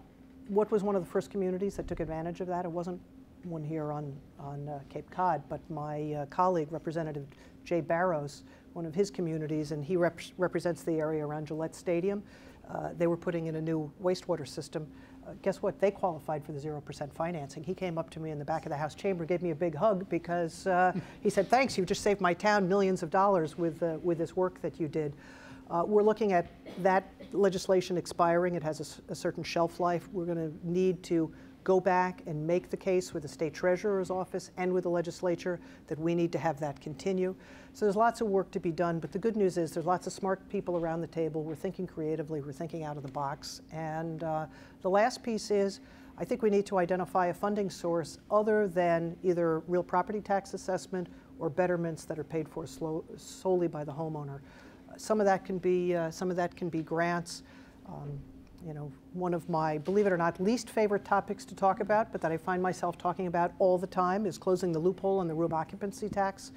That, if we were successful in doing that, that would be a generator of income to both the state and our local communities of tens of millions of dollars. If we could earmark just a small percentage annually of the additional $50 to $60 million that our 15 communities on the Cape would generate for the state, grab it before it goes into the general fund, and earmark that to underwrite the cost of wastewater costs here on the Cape, that would really help all of us out who live here year-round. And by the way, our second homeowners, it would help out their real estate bills and their betterments that they're paying also. It would be a Betterment Relief Act for them as well as the year-round population. Thank you, Representative Peak. Representative Whalen, you indicated you'd like to speak a little bit on this. Yes, what I'm going to do is I'm going to offer, it's going to be a bit of a lightning round, Matt. A number of the topics that you're going to be, that you had on the agenda, I'm going to like kind of just throw them all out all over the room right now at once, but it's all going to dial back into wastewater. So let's see, this works wonderfully for me because my mind's going a million miles an hour. So one of the things that, one of the topics that we were told to be prepared for here was talking about trying to keep young people on the Cape, which I don't think anyone in this room is going to argue is vitally important, and one of the best ways to do it is to find employment for them here on the Cape. I have two daughters. My oldest daughter lives in Quincy, can't find work in her field here on the Cape. My youngest daughter graduates a week from tomorrow, and very, very proud of her as well. And she won't be living on the Cape either. We need to diversify our economy. We can't just be retail, we can't just be seasonal, we can't just be hospitality. We need to diversify if we're going to keep our young people here on the Cape. But there are so many things that we have to adjust in our way of doing business down here, in our culture down here, in order to make this happen in our Cape Cod. We need to address the issue of affordable housing, without question. Our young people can't afford to live here. One of the things that's holding us back with this diversification of our economy here is the cost of energy. You know, we have some of the highest energy rates in the country right here on Cape Cod. If you don't think that drives employers away, then you're probably fooling yourself. We also have to consider our workforce down here. Do we have an available educated workforce down here? I argue that we do, but we need to expand that.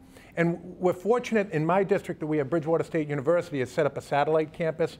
I'm working right now with the state university system, and I'm trying to see if I can get UMass Dartmouth to expand some available programs here so we can expand the availability of four-year programs for our students so that they don't have to commute and they have full availability to state-sponsored educational programs as well. We also have to deal with wastewater.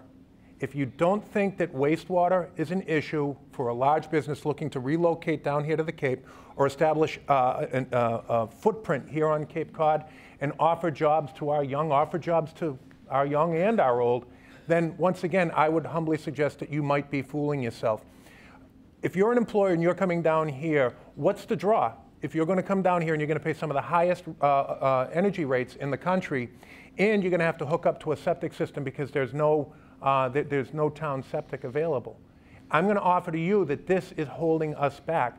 So as we move forward on this, I'm looking forward to working very closely with the commission, with my colleagues up here, and with the executive branch of government in trying to find a solution, but also to make it affordable to our communities. Just in my district, the 1st Barnstable, the impact of the 208 plan and the cost of what it's going to take to sewer up my towns, the town of Brewster, it's not going to be very impactful. In the town of Yarmouth, it's going to be crippling. It's going to be crippling. So every one of us here we all have skin in the game. Every one of you at home has skin in the game. So let's remain committed and let's get this done. Okay, now Senator Wolf, do you want to address this issue specific or the youth issue? I want to address the youth and the economy issue. Okay, let's do this. Very quickly. Because that was going to be our next topic. So Representative Whalen moved us ahead. As Representative Peak said, hijacked. High five. Good work. But I do want to give Representative Hunt, did you want to weigh in at all on the wastewater issue before we move on at all?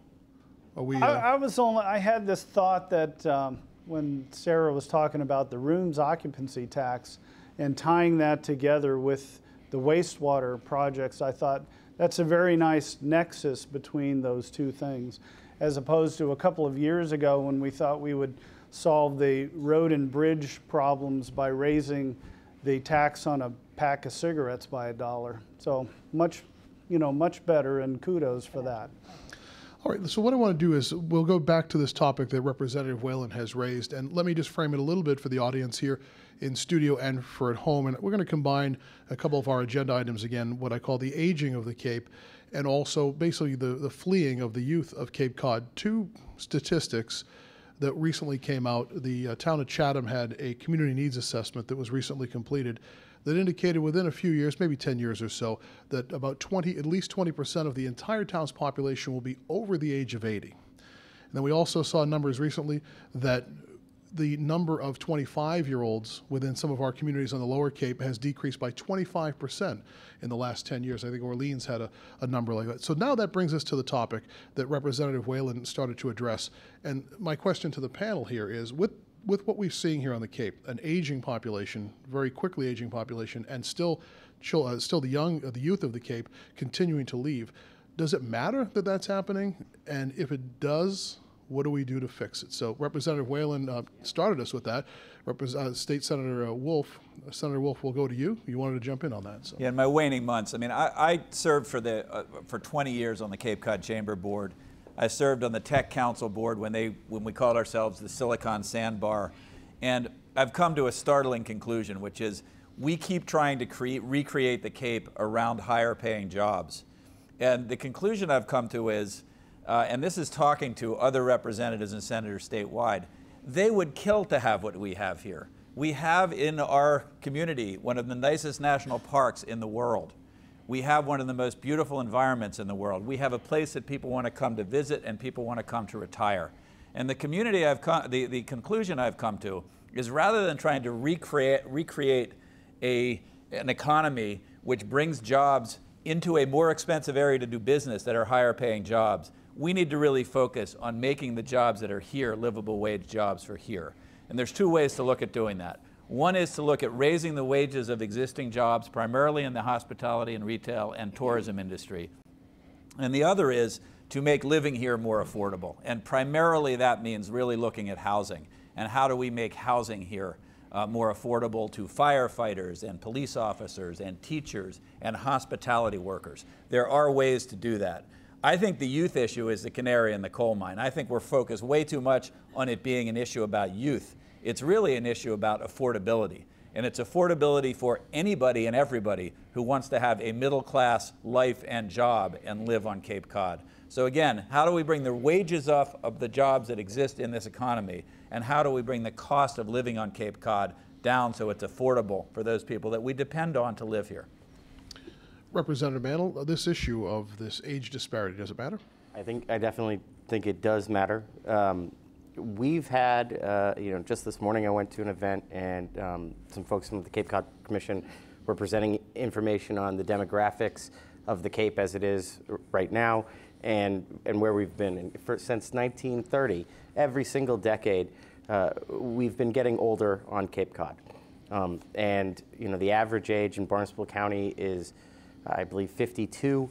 I think we have one of the oldest counties in the country, with the exception of a few counties in Florida and one in Maryland. And what you have at the same time, so what Senator Wolf was saying, many of the folks who have come here because they thought that they would retire. They're living longer, and their income is essentially staying the same, even in retirement. So while we're talking about the needs of that population, which is here, their healthcare needs, the service needs that go along with addressing that population is going to be a workforce challenge for us, and you can already see it. If you go to Cape Cod Healthcare's website and you scroll through their jobs, you'll find 20 pages of jobs that they can't fill, from primary physicians to nurses to everyone. I mean, there's a huge amount of jobs that are available there. I would agree with Dan that, our task, everyone wants to get away from the seasonal economy, or at least we've heard that again and again. And I don't think that we should, to some extent. We do have a tremendous resource here. This is the largest resort community in the Northeast, if you consider Cape Cod, far, greater than any other, ski area in New Hampshire or Maine. We've got people who come here year after year. We can build on that.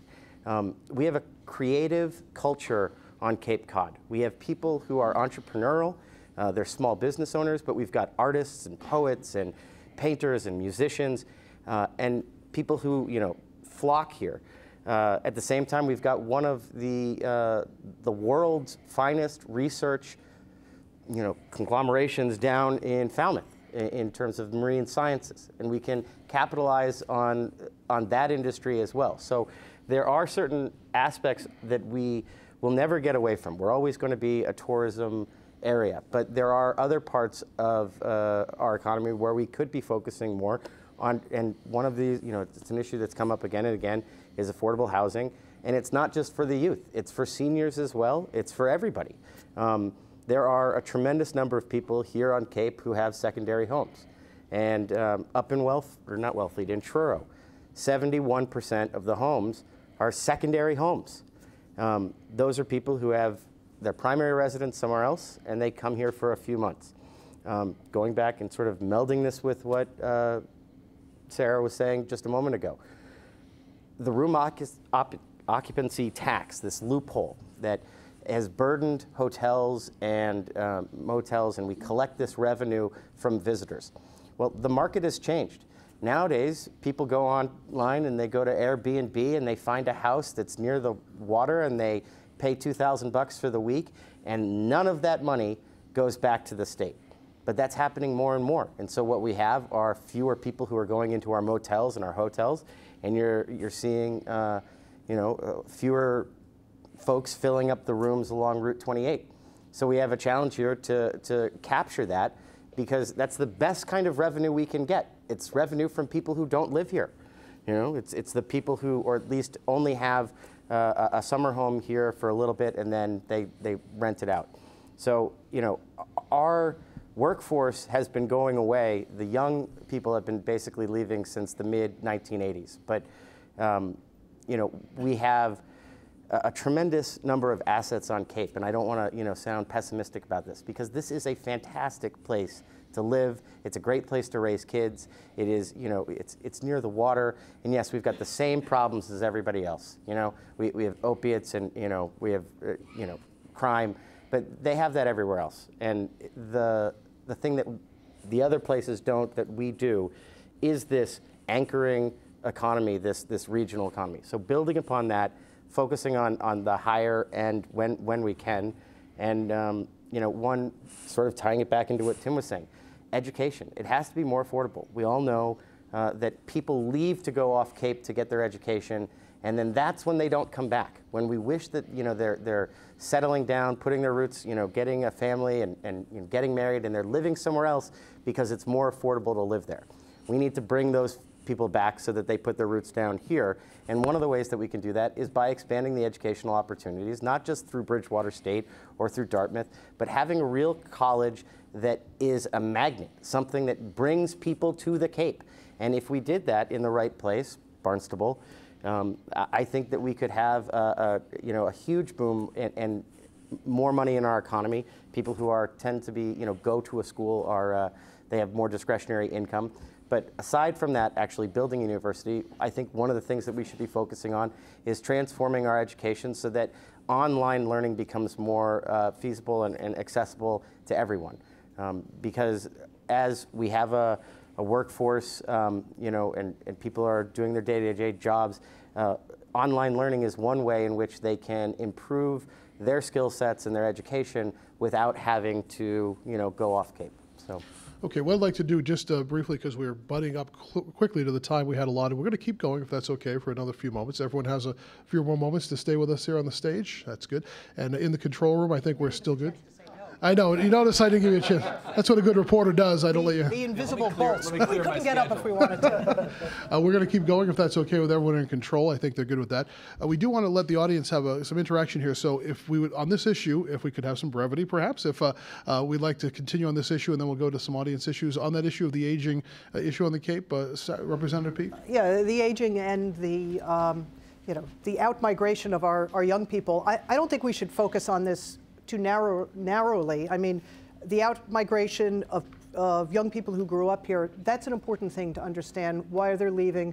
What are the quality of life issues? Why do they want to go live somewhere else? And then see what we can address. But I think we can't confine ourselves just to that. I mean, let's have young people wash ashore. I was 34, which I think is young, right? When I bought a business here. But I was able to do that and afford a house. And believe me, I'm not a trust fund baby. I that was before the tech industry made young people wealthy. This was just through, you know, showing up every day at work and putting some money into a savings account and being able to get a pretty good interest rate on a loan from Siemens Bank and that type of thing. So where is the inflow of young people, you know, like I was 26, 25 years ago? What are we doing to support them? I think we need to look at, you know, the cost of housing is absolutely a big part of it. I was just looking through the Provincetown Banner the other day, one-bedroom condo, $465,000. So let's see, what would you have to make in your tech job that you could do from home if you had broadband that was robust enough to be able to do that in order to pay for your one-bedroom condo that you might want to buy on the Outer Cape? That's a pretty high wage. So housing absolutely has a big part of it. I think wages have gone up in the hospitality industry. You know, people are making $15 an hour to wash dishes in restaurants, and they're making $25, $30, $40 an hour to clean houses. Respectfully, I think that's more than we make on an hourly basis, but different type of work. I don't mean to be, you know. Some would say they work harder. They may. That's right. But we have to attack this from all angles. I mean, let's look at our infrastructure. What is the ease with which you can get off Cape if you have the type of work that would allow you to live in Dennis, let's say, but maybe twice a week you have to be present for a meeting in Boston? As you stretch, we'll bring commuter rail to Buzzard. Well, and that's one of the things. You know, there's an awful lot of talk about extension of the Green Line. What's clear is that economic development follows the development of public transportation. So the train line is a big part of that. You know, if I just had to drive to Bourne and I could get on a train and in a reasonable time be to Boston, that is a big quality of life issue, and that is a big economic development issue.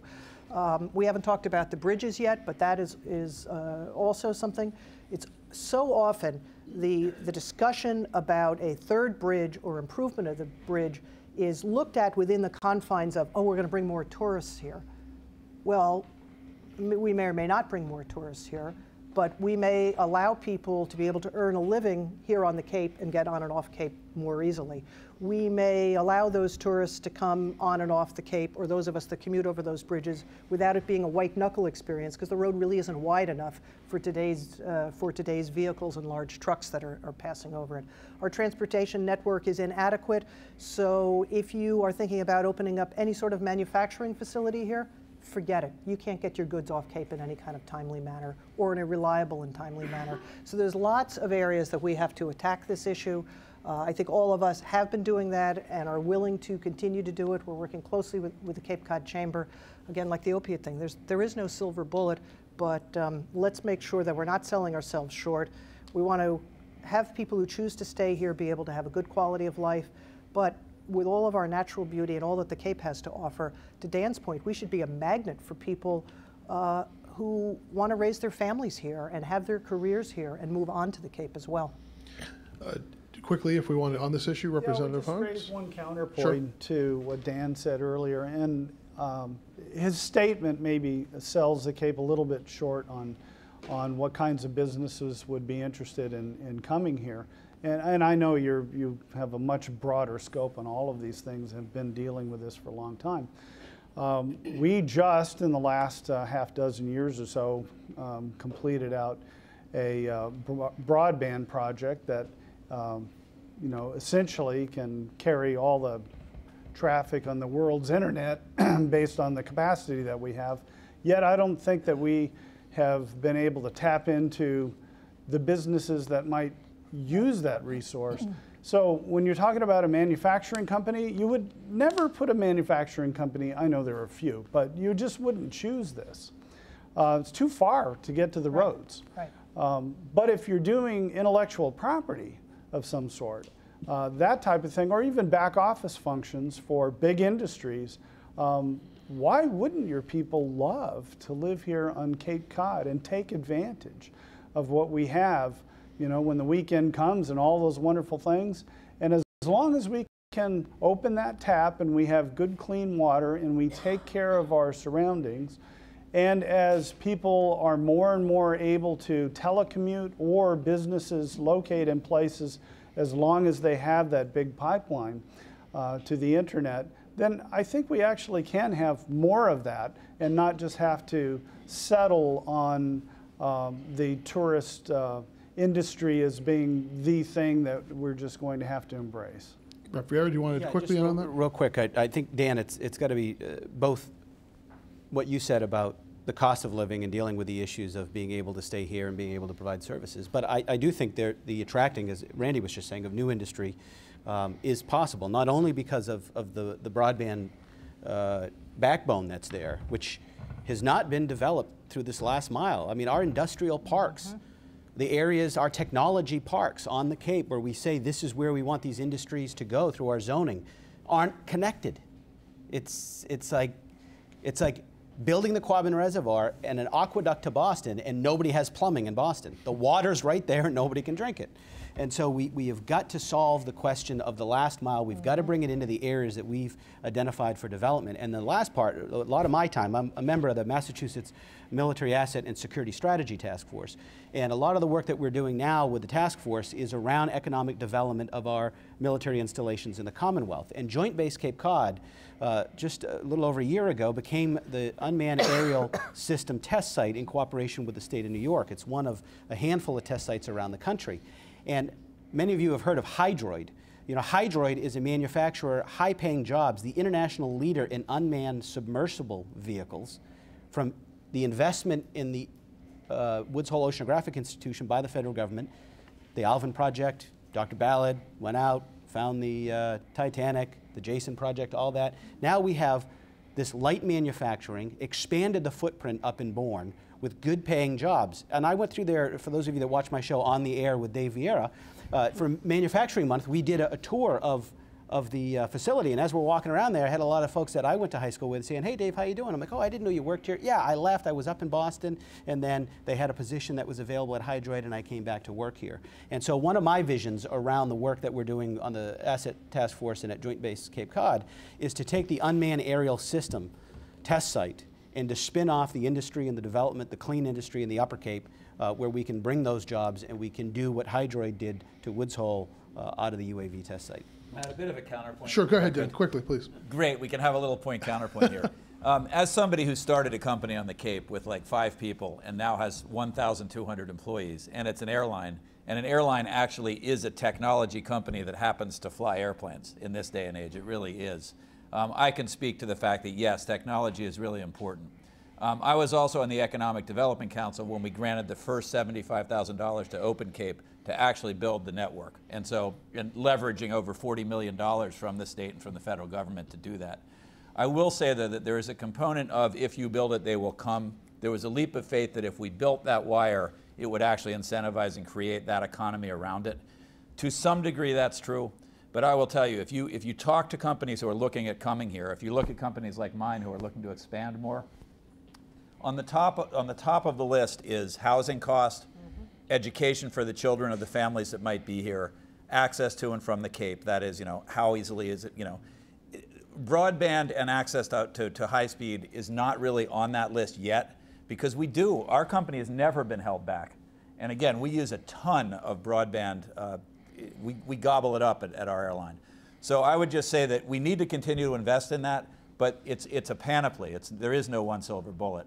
There is great opportunity to build a business and grow a business on Cape Cod, but you really have to know the Cape to do it because there are a lot of nuances to doing business here that to an outsider are like a foreign language.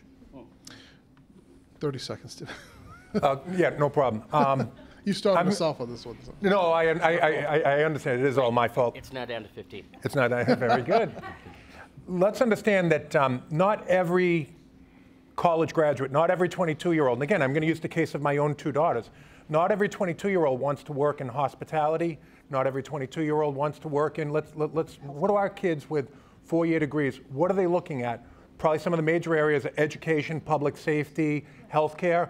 Not every kid wants to work in that, and we have to provide them opportunities to keep them here. That's what I'm saying. We have to diversify our economy, give them options, and I'm not going to rest until we provide those options and that diversification. So the only way you can stay on Cape is if you're a nurse. That's just, to me, that's just wrong.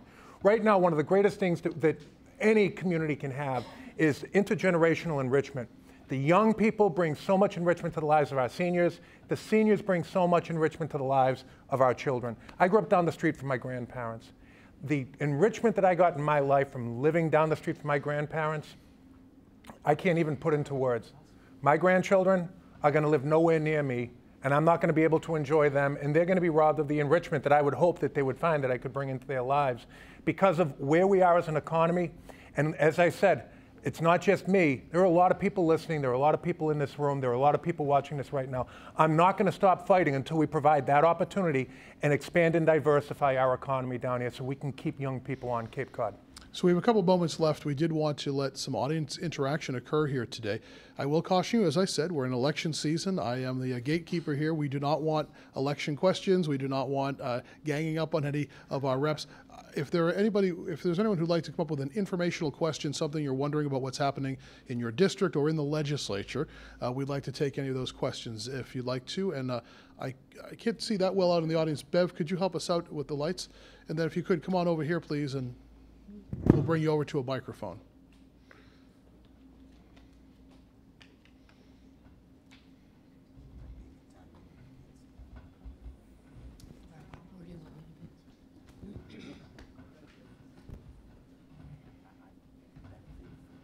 Welcome. This was really an incredible experience to be here. I'm Dr. Joyce Young. I'm a board-certified, licensed in Oregon naturopathic physician. And I applaud you so much for your talk about prevention. Naturopathic physicians are not licensed in this state yet, and I would like 3 points to bring to you. Licensed naturopathic doctors. I know that a number of you have supported the bill for licensing, holistic preventative medicine. Number 2, prevention. My mom always said an ounce of prevention is worth a pound of cure. My area of expertise is environmental medicine. What are all the 100,000 chemicals in air, water, food, and consumer products doing to folks? What is it doing to the environment? I know a number of you have taken a strong stand on the issue of Eversource, NSTAR spraying the herbicides. We have 2,000 people down here on the Cape that have Parkinson's disease. The newest literature coming out shows a strong connection between pesticides, including herbicides, and Parkinson's disease. The third thing is the opioid addiction. I have written extensively to the Cape Cod Times indicating that the schools are a contributing factor to the opioid epidemic. Because, you see, when computers came into the classrooms, the chalkboards went out, and the whiteboard dry erase markers came in. The literature is very clear. They're all full of solvents. People know that it's like sniffing glue being in the schools right now, and you're predisposing children from preschool all the way on up to professional schools to sniffing glue addiction problems. So you really need to be aware of some of these medical issues, and they're supported by the literature. Thank you so much for all you're doing. You got my vote. Yeah, Thank you, Doctor. we'll do, Brian, Representative Mayo, just a quick response, please, and then we Sure. can. So I filed a bill earlier in the session, which is related to glyphosate, which is the active ingredient in Roundup. It's an emerging contaminant. Every town on Cape Cod, all 15 towns, have passed non-binding resolutions requesting that utility companies, and in particular, what was NSTAR, now Eversource, abstain from using that on right-of-ways to control their vegetation. We've all met with MDAR and with Eversource. If you want to see us in agreement on something, yes, we're all in agreement on the opiates. We all, I'm just going to assume, think that Comcast's customer service is horrible. And, and then on MDAR with Eversource, honestly, I think you will not find a more unified front in that we are opposed to the spraying. If Eversource would use their money as opposed, it really just comes down to money. It's more convenient for them to spray than to do mechanical removal and clear the vegetation with clippers and that kind of thing. Again, it goes back to our sole source aquifer. We're a federally designated aquifer. The legislation that I filed would basically prohibit utilities and municipalities, towns, and government entities from using this chemical on our aquifer. Every single year they use it, every single year it's going worse and worse. And I'm not even talking about the landscapers or the golf courses or the private residents, which account for most of the contamination of our aquifer. We're just talking about what we theoretically can control, which is the government.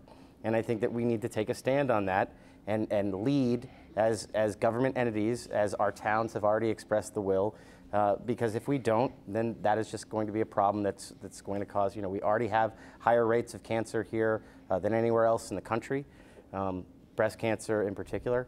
So, yeah.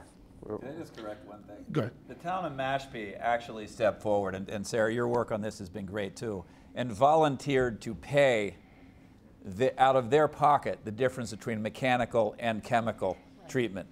And Eversource refused even doing that. So it's not just an economic issue, because a lot of our towns would make the same deal. They would say, look, you give us an estimate of the difference between mechanical or doing this the way we want to do it and using the chemicals, and the utility is refusing that as well. So we've all filed legislation and supported each other in legislation that would at least require Eversource to be responsive to the towns and what the towns want. And that legislation is hard to pass. There's preemption issues, but we really do need to stay focused on this. Thanks. We're going to have a hard stop time in just 9 minutes, so we'll see if we, any other question, anything regarding any policies that anyone would like to ask a question about?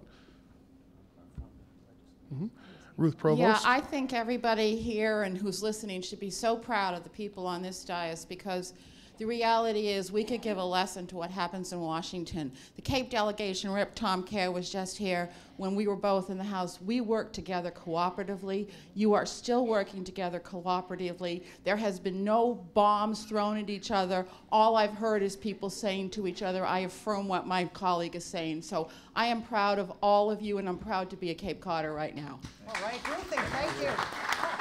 Having said that, I want to address two issues you brought up. You brought up the young people leaving the Cape, and you brought up substance abuse. What no one touched on is the fact that living on Cape Cod for a young family, our housing costs are hugely high. But the cost for childcare and after-school programs is even higher, and I think that comes as a shock to people. It costs more to have young children on the Cape and have them in safe, quality, affordable after-school programs than it does their housing costs. So that's one thing that has to be addressed. The Boys and Girls Club, obviously, we're a private source. We don't get a lot of government funding, but where we do get some government funding is through the Youth at Risk line item from the DPH. And since the recession, right after the recession, the DPH Youth at Risk line item was cut by 70%.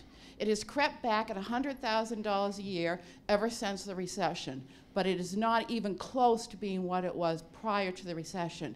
If you're going to talk about opioid use and abuse and substance abuse, the reality is here in Barnstable County, and frankly, we are better organized than any place else in the Commonwealth right now, because we're working regionally on this issue. And Rep. Hunt's on the Regional Substance Abuse Council with us, and it's really making a difference, because working regionally and county government does that, it allows us to do that. We were able to secure grant funding. We're actually going to be putting out a publicity campaign soon, funded through grants, to attack the opioid problem through education here on the Cape. But we spend $110 million a year on Cape Cod. That's direct costs for substance abuse. Only 1% of that funding goes to prevention. So we really need to beef up our prevention efforts through the DPH budget.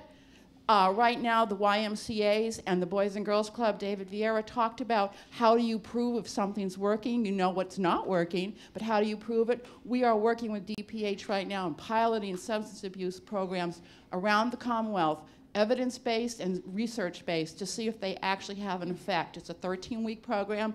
We're proud to be part of this effort, but those are the sorts of things we really need to put our money in. Prevention should not be 1% of the pie. It should be more. So you've still got a budget to go, Senator, so please look at that DPH funding and take a hard look at it, because that's where we're going to stop some of these issues, the young people leaving the Cape, the affordable cost of childcare, and the substance abuse and prevention. So thank you all very much for the work you're doing. And for those of you at home, that's Ruth Provost, the Executive Director of the Boys and Girls Club and a former state rep. Ruth, thanks so much for your question. Okay, I'm going to put you all on the clock because we have 6 minutes left.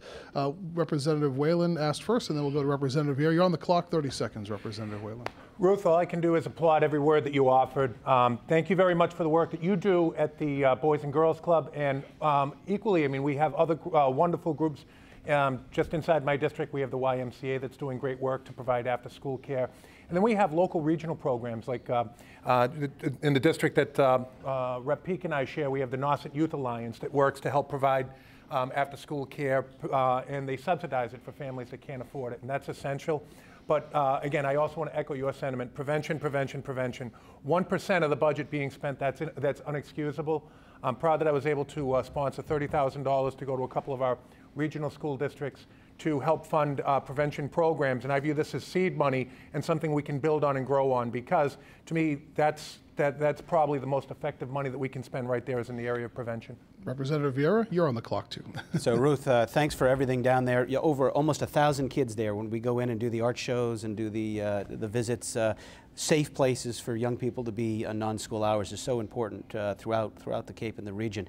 One of the things I want to mention on the early education and care piece, last year we expanded access, $15 million for vouchers and slots.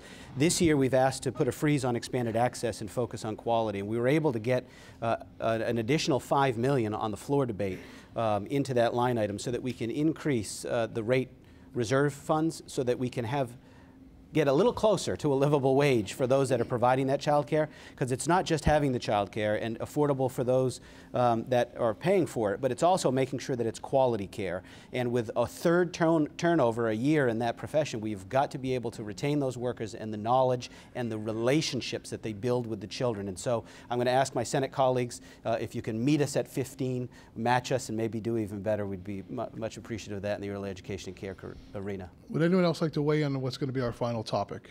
Anyone else on what Ruth had to say? Anything at all? We're good? One sentence, Senator Wolf. I support universal pre-K, and I think in various forms most of us do. And 2 towns on the Cape have already committed to it, so good direction there. Well, it brings us to the conclusion of our event here today. I'd like to thank the entire delegation that was here today, Senator Wolf, Representatives Whalen, Mantle, Vieira, Peake, and Hunt. Thank you so much for being here today. We appreciate your time. Thank you for being here. I was glad to hear the comments about the bipartisanship. If you noticed, and it was by design, we never referred to what party your representatives were here from, because it didn't matter today what party they were from. They were here. The Cape Cod Party. So we want to. And we want to thank all of you for attending here in the audience today. We hope that you learned something. I know I learned quite a bit here in terms of what's happening in the legislature in the final few months of our current session. And those of you who have been watching at home on TV and on CapeCod.com, we hope you learned a lot as well today. This will be the first of what we hope will be an annual event here in our State of the Cape. We want to thank all of my colleagues at Cape Cod Broadcasting Media, all of our colleagues here at the Cape Cod Community Media Center, our sponsors, and as we said, the delegation, and those of you again at home. We hope you have a great weekend, and thanks for being with us today. Thank you so much, and enjoy your day. Thank you, Matt.